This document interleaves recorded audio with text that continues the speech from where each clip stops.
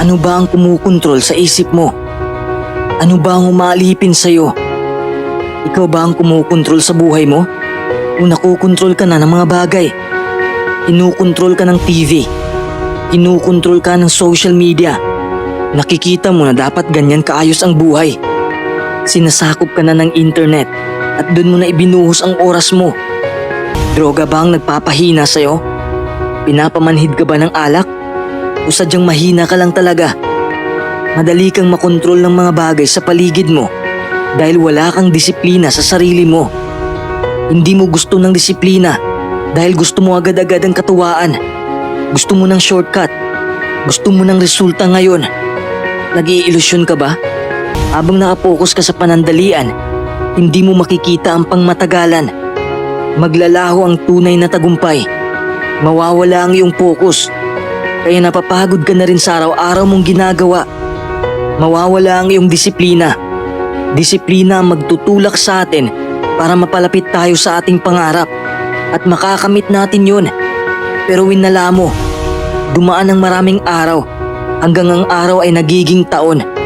Paulit-ulit na siklo ng buhay. Pero wala pa rin nangyari. Ganyan pa rin ang buhay mo. Nakakasawa, di ba?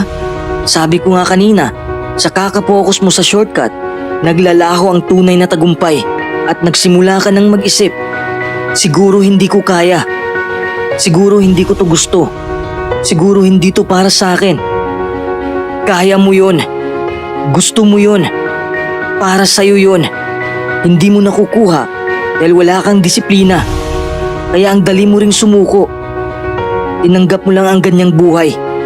Tinanggap mo na lang ang madaling daan dahil ayaw mong mahirapan. Huwag mong gawin yan. Buhayin mo naman ang tunay mong layunin. Alam kong may plano ka sa buhay. Alam kong may goal ka.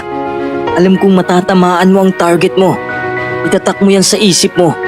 Itatak mo yan sa puso mo. Pag-isipan mo yan ng mabuti. Isulat mo upang hindi mo makalimutan. Idikit mo ang note sa pader.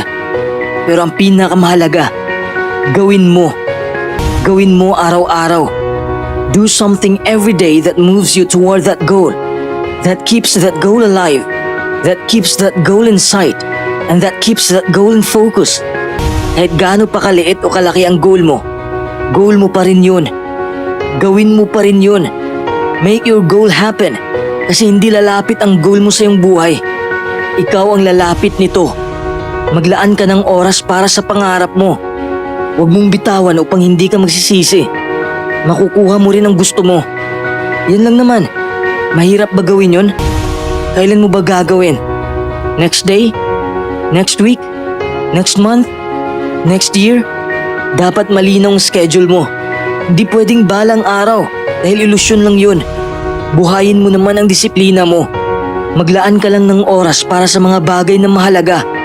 Oras para sa sarili mo at oras para sa pamilya mo. That's how you get ahead. Ano ba ang gumugulo sa'yo? Magtapat ka nga. Nadidistract ka ba sa kakapanood ng drama? Sa social media? Sa tsismisan ng kapitbahay? Sa toxic mong kaibigan? Ano ba talaga ang gumugulo sa'yo? Kung may pangarap ka sa buhay, dapat seryoso ka ring kamtin yun.